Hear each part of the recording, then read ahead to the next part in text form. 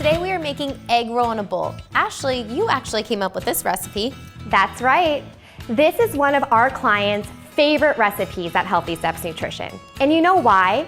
It only has 3 ingredients, has 0 prep time, and takes 10 minutes to make.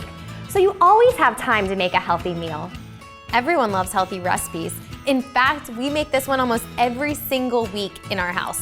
You might say that we're creatures of habit. Well, let's get to it.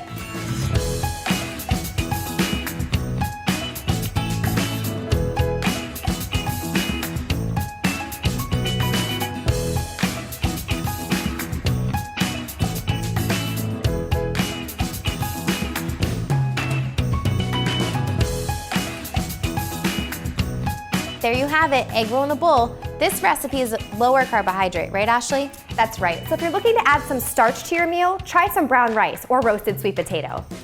Definitely. And if you want to make it a little bit more spicy, you could always add sriracha. One of the things Jason loves to do is add grilled shrimp to it, so we have a little bit of extra protein.